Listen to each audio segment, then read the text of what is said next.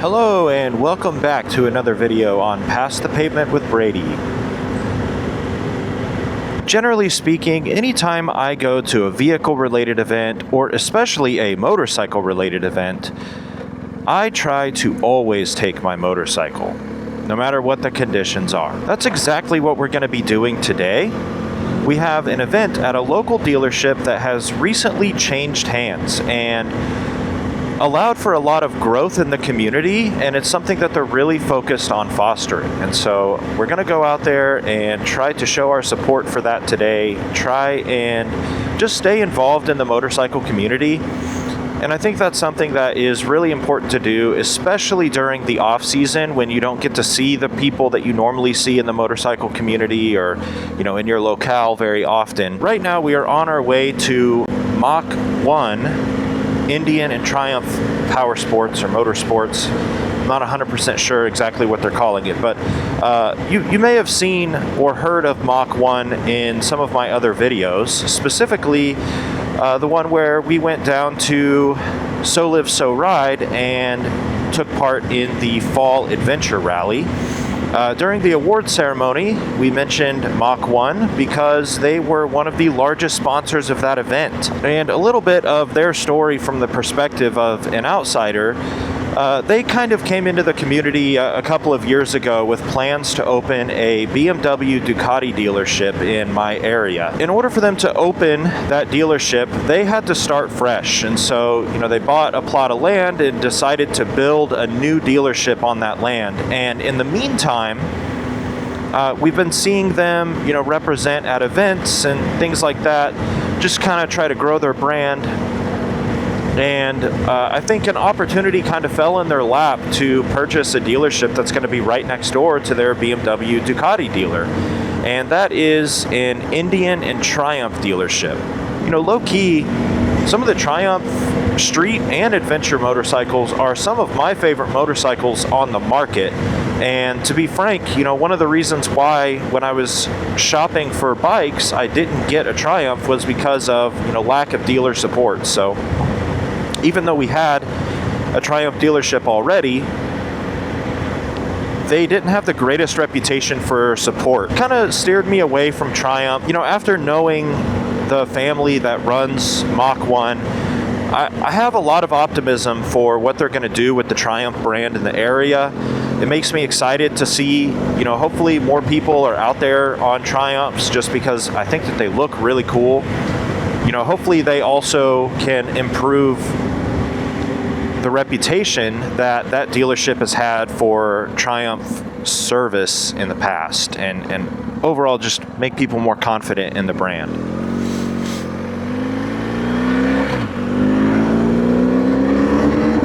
Anyway, that's a little history about where we're going.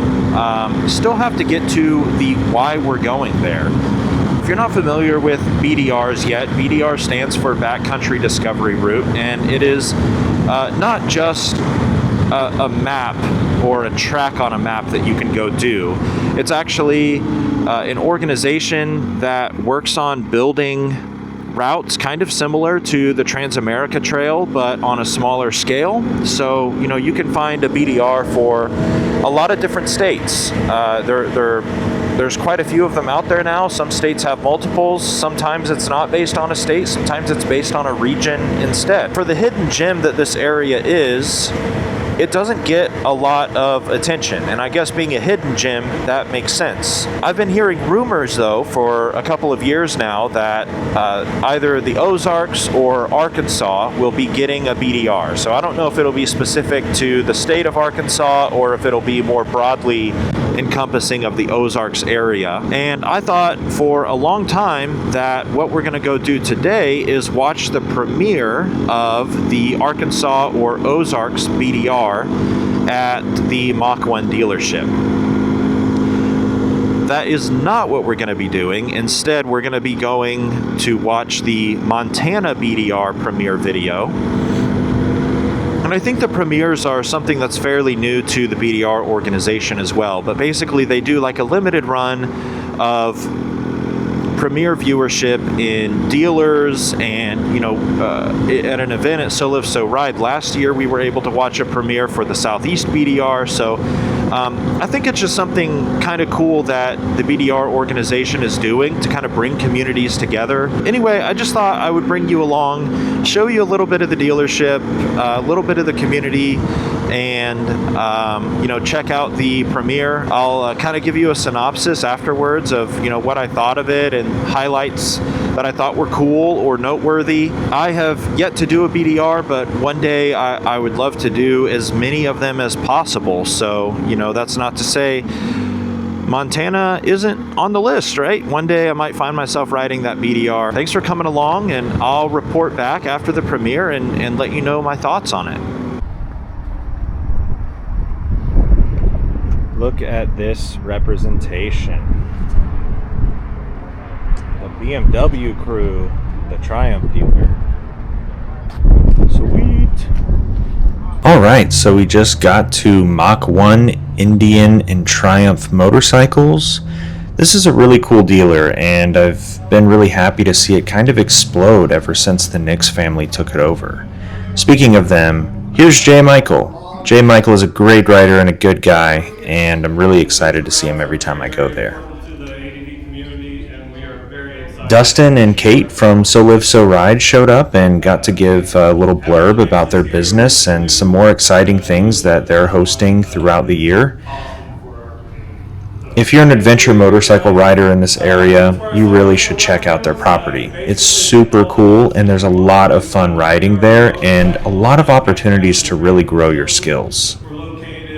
This is a Tiger 1200 Rally Pro, and I still just think that a triple, an inline 3, and a 1200 motor on an adventure bike, that would be nuts. They have a lot of cool special edition motorcycles in this dealership, and this Elvis Presley edition Triumph is one of my favorites. The room for the premiere was jam-packed. Almost every seat was full, and they had like 4 or 5 TVs throughout the dealership that were showing the premiere. That was really cool to see all the interest. As we go outside on the lot, there's a ton of motorcycles. Almost all of these on this side of the dealership are Triumphs, and that's a lot of inventory. Hopefully that means a lot of growth for the brand. I also got to walk around and see a lot of cool adventure bikes that people from all around rode in to check out the premiere, the dealership, and the community.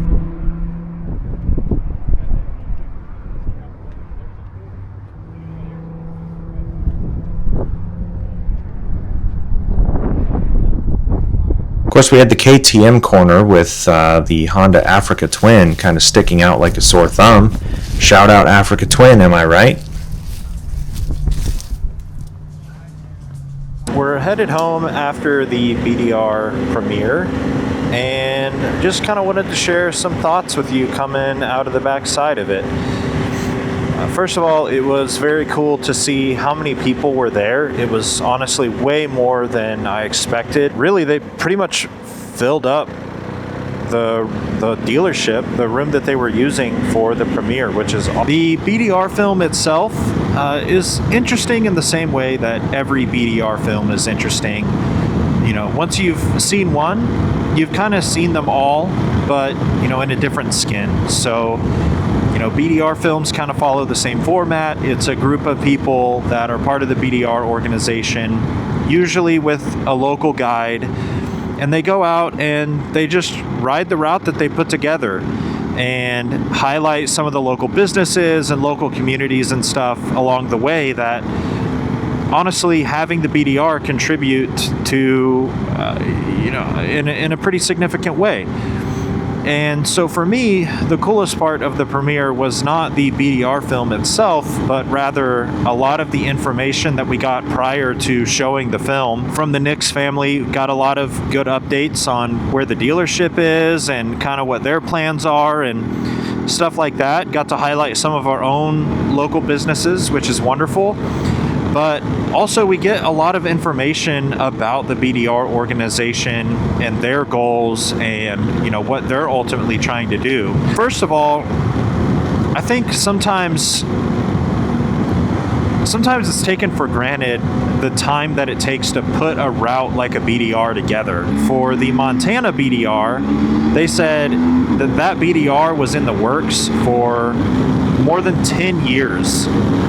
So, next time you're writing a BDR or a route that someone else has put together, just appreciate the amount of time and effort that it took to put together that route so that other people can ride it.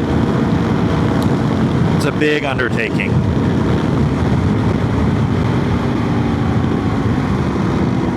The other thing that's cool is that they kind of gave us an outlook on what the future of BDR looks like. So, right now there are about 25, I think the actual number was like 23 BDR routes. Their goal is to double that number in the next 5 years. So, thinking about that, 5 years from now, we could have 50 different BDR routes.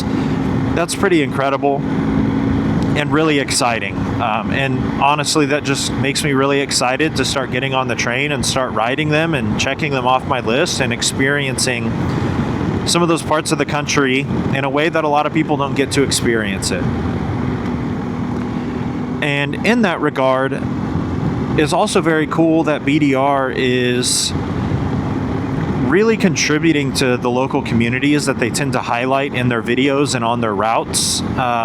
They discussed a study where, back-to-back years, in other words, year one, let's say, was the year before the BDR existed, that went through a community. The economic impact year two over year one was significant. When I think about some of the smaller communities that we ride through in rural Arkansas a lot, having more people go through those places is significant. It's not a negligible impact for a lot of the people that run those businesses and communities. So that's really, really cool. And I'm excited for that to come here. One of the things that I was most excited to hear was a timeline on the Ozarks BDR. Now, what I did learn is that the Ozarks BDR is going to be a BDR-X. And that means that instead of being a path that goes straight across or, straight up and down a state, and it's point A to point B, it's actually a loop. So, you can start at one point on the loop, you ride around the whole thing over the course of several days and end up back where you started. And that makes trailering and parking a vehicle and stuff at a starting point a lot more feasible than riding from point A to point B and then having to figure out how you get back to your vehicle or whatever at point A. So, pretty cool. I think in general, I have more interest in the BDR-X format than I do a normal BDR. I think logistically, it just makes more sense and it's a lot easier. Some other stuff, and this is kind of my own thoughts on the Ozarks BDR-X, is that it's more than likely going to go through more than one state. And the reason I say that is because usually if a BDR stays in one state, they just name it after the state. So if it was only going to be in Arkansas, then it would be called the Arkansas BDR, more than likely. Since they're calling it the Ozarks BDR, my guess is that it's going to go across northern Arkansas and southern Missouri. And I think there's a lot of really good scenic riding in southern Missouri as well. So I'm excited to see that. It's also, I think, a lot of areas that I'm somewhat familiar with. So I'm really excited to see how they put everything together and see all of the parts of the route that I might recognize, and also be exposed to some new riding in my area that I don't recognize and that I haven't done before. So yeah, that's exciting. Ozarks BDR-X coming soon. They did give us an actual timeline on that. Said that it should be coming in April of this year. So, we're really just looking at like a month and a half away from the Ozarks BDR-X being official and being rideable. Some other things about this experience that were really positive. I really appreciate that every time I go back to this Triumph dealership, I can see how much work that this family is putting into really rebuilding, or maybe even building out for the first time, the Triumph brand in this area. Going there today, The amount of inventory that they have in Triumph motorcycles is insane. There are so many Triumph bikes that are on the lot right now. Really exciting to see the growth of the Triumph brand in the area, and also makes me very optimistic about them opening the BMW Ducati dealership. I think, you know, if it's anything like what they're doing with the Triumph brand, it's going to be an incredible dealer, and a place that is really pleasing to go to and check things out. So, you know, if you live in the Northwest Arkansas area or around the Northwest Arkansas area, like I said before, there's a lot of things to be excited about right now. You know, we've got the BDR coming, we've got the growth of the adventure community, we've got new dealers popping up, and there's just a lot of really good things that are happening in the motorcycle community, and specifically the adventure community in the area right now. If you do live in this area, you know, hopefully I'll see you out there. And if you don't live in this area, but maybe something like the Ozarks BDR-X brings you to my neck of the woods, well, I hope I get to see you out there when you come here for that as well. It's a really great place to be, great place to ride, and I love where I live for that reason. So, I know this video was a little different, mostly just me talking and being excited about things to come, but if you're still here, thanks for hanging around, and I'll see you in the next one.